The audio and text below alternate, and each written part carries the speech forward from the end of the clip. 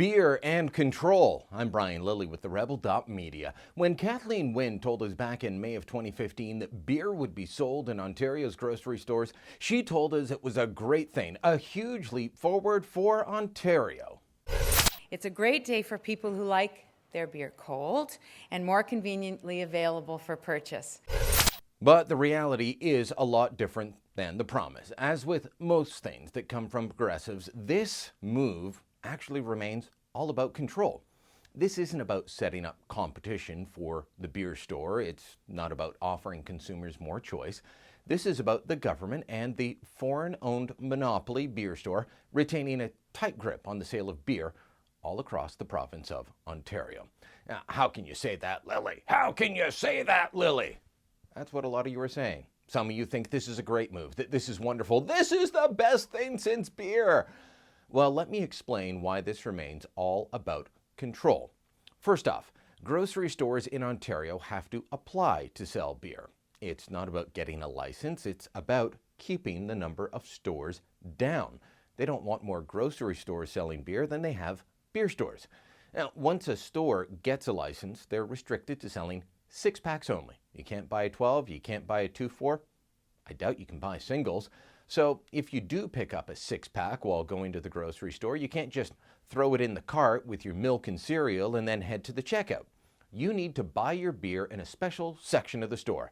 Apparently without this, chaos will reign supreme.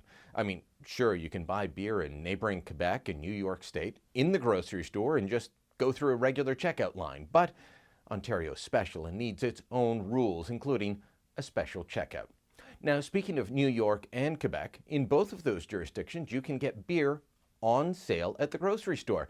In fact, and this really angers me, in New York State, you can buy Canadian-made beer cheaper than you can get it in Ontario.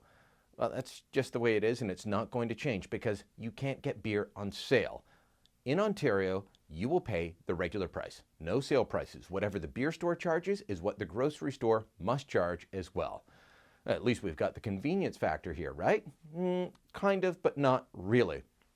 See, in other parts of the world where they're a bit more civilized on this issue, the grocery store, or even, heaven forbid, corner stores that sell beer, offer you the convenience of being able to buy later than regular store hours, say until 11 at night. Not with this. The grocery stores need to keep the same hours as the beer store. And thanks to Dalton McGuinty, we don't get to have beer stores, not many of them anyway, open past 9 p.m.